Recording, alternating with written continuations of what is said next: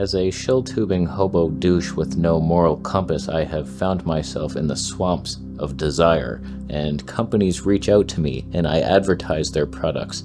TTArtisan reached out and asked me if I wanted to review their 75mm Tony 1.5. It's a micro four screw adapter. I didn't have one until the stalker gave us the Helios 58mm, and then once I did, I was like, reached back out to them, hey, okay, I'll do it. Today we discover if this is better than the 85mm 1.2 EF. I doubt it. All I want is the perfect camera.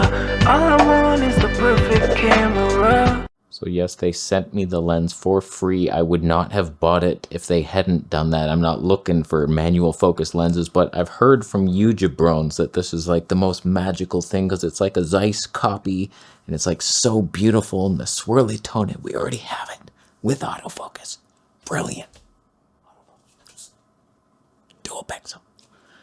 So we'll see. So first impressions, build quality, it's heavy, it's all metal, it's solid, clicky aperture, feels okay, very tiny spiky ring, not the most comfortable Mr. Gear focus. You probably have a little follow focus thing. What kind of technology is that? Not something I want to be a part of.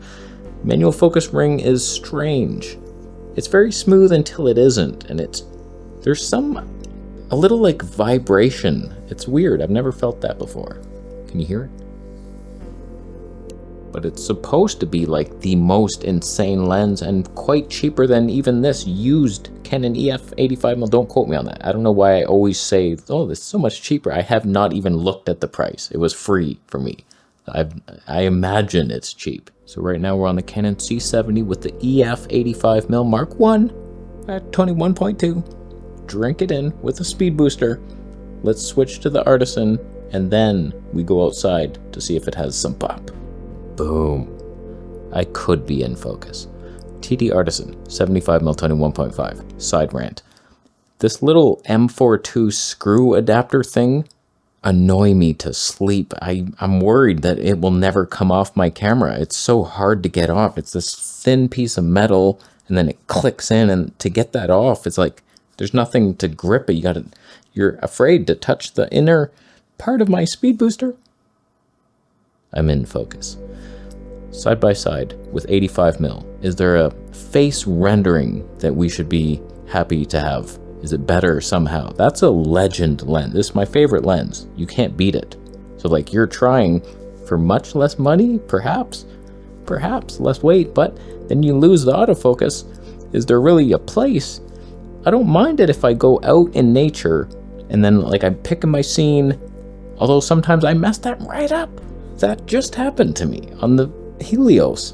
It was like it looked in focus. It wasn't even close to in focus. But I do love Canon's ability to punch in while recording, switch to black and white, and have peaking still there, and zebras, everything. On Nikon, everything disappears. I'm trying to show you what that looks like. Are you seeing that?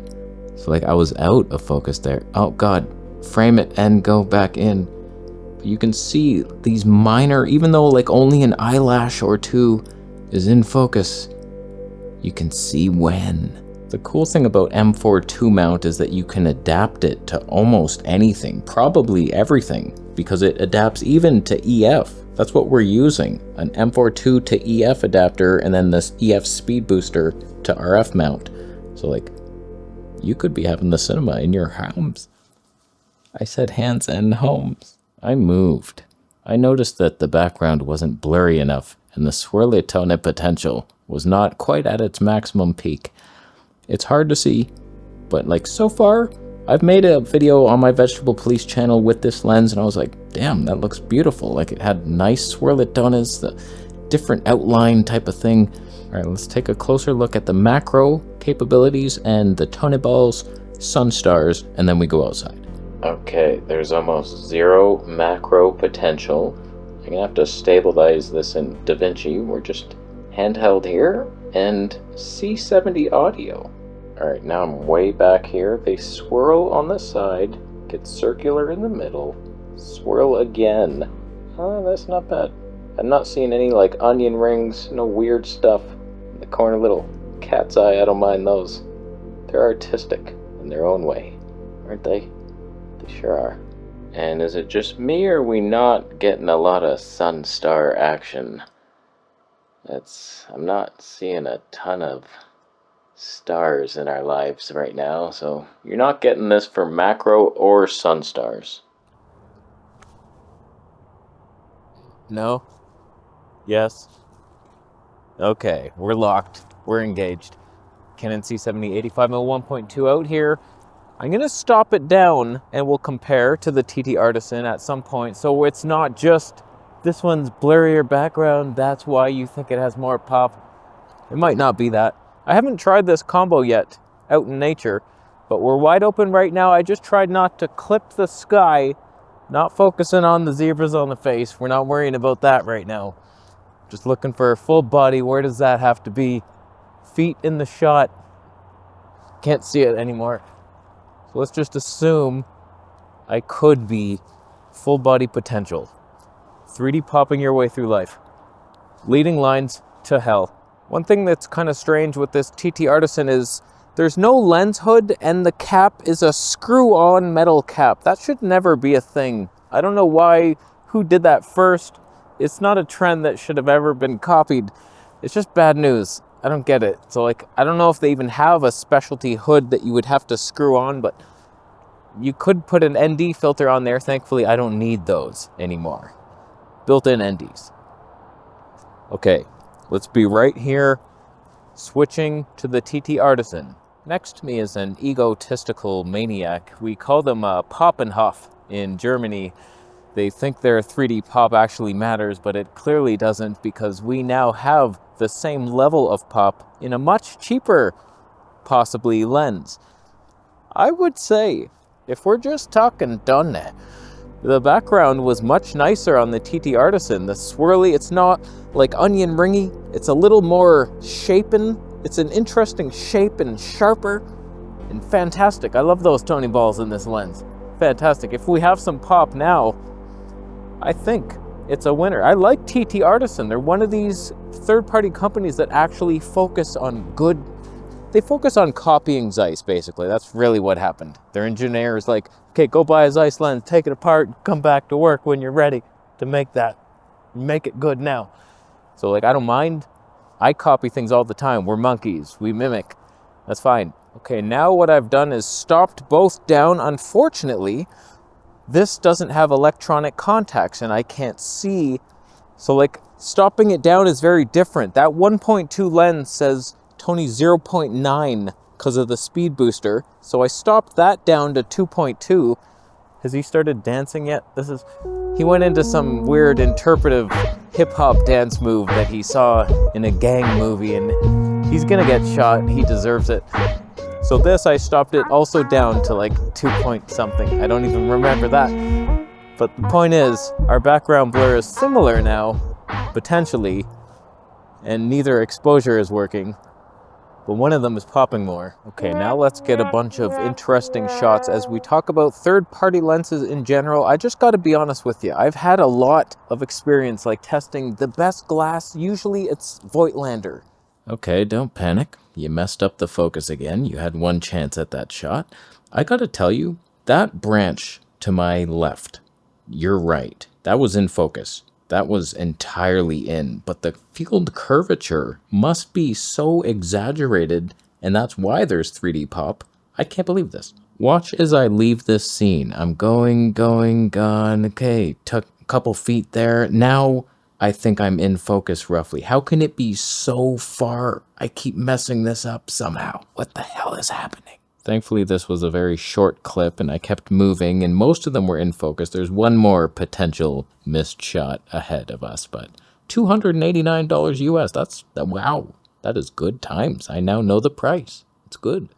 Like, those are my favorite lenses, but it's such a pain in the ass to manually focus if you're doing this type of stuff. And I imagine even for photographers, a 75mm 1.5 perfect portrait lens, that might be really hard to be like focusing on the eye. Wait, you moved. Stop moving. And then like her shots end up like afraid to move. I don't know, man. Like street videography, nope, can't do that. Manual focus only. And then stuff like where there's no EXIF data, that can be a real pain. It's like, what did I shoot that on? when you're submitting a photo to my show and you're like, I don't remember the tone. I'm so sorry. You'll never guess what I focused on. It was not you, my friend. You're the obvious thing. It was a turtle here. I just realized that the reason I'm out of focus often outside with the C70 is that glossy ass screen is reflecting all the sun's potential away from me. I focused on that thing. I would have stood about here thinking, oh, I'm in line. I'm clearly not, but I can see it. So in general, third-party manual focus lenses aren't great, but if you're comparing this to say like a flat lens of like autofocusing capabilities, it's a Sigma or something, a Tamron 85, do they even bother wasting our time with that? Then you go for this. Oh, I'm getting Voigtlander level results for much cheaper, possibly. That's cool. So it's like the quality versus the flat stuff, but I just tilted the screen and it's worse.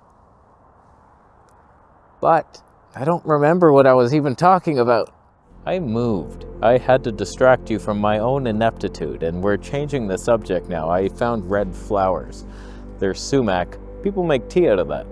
Good times, I bet. Sour and lonely tasting. Ow, that's sharp. Ow, that was even sharper. There's a chance if I was using the 85mm 1.2 and I just backed up here, it might lose me and like just be hunting all over the place, where you can exact, if you have the skill, sometimes peaking lies to you, all kinds of things go wrong. And on a screw mount, you never know, you bump the thing, it screws out. That's dangerous, but whatever, you can adapt it to anything, and it's so cheap, I bet. But the look is so good, I think I might even prefer it to what I saw indoors, at least. The Toneh looked better, skin tones were good, possibly even sharper than that Canon Legend lens. So it's like, hot damn, you get so much. Here's the closest focusing distance. Hopefully it's not lying to me. It looks like it's lying. Peaking just gets harder and harder. That should be okay. And it's a very long focus throw. Like if you actually wanted to, okay, I'm gonna cinematically go to the background now. Oh my God, that was 1 turn, 2, 3, 4. All right, let me try that wide open. Minimum focus distance, and wow. It's slowly coming. Any second now. We're pausing for a break. Relax, relax. It's smooth, but I don't know. I don't love when it's too far like that. Oh man, I'm setting up this shot. There's a hawk. Oh, get it. Is this perfect? Is it the best? Is it good? It's so exposed perfectly. Get it. Where are you? I'm getting it. This is good.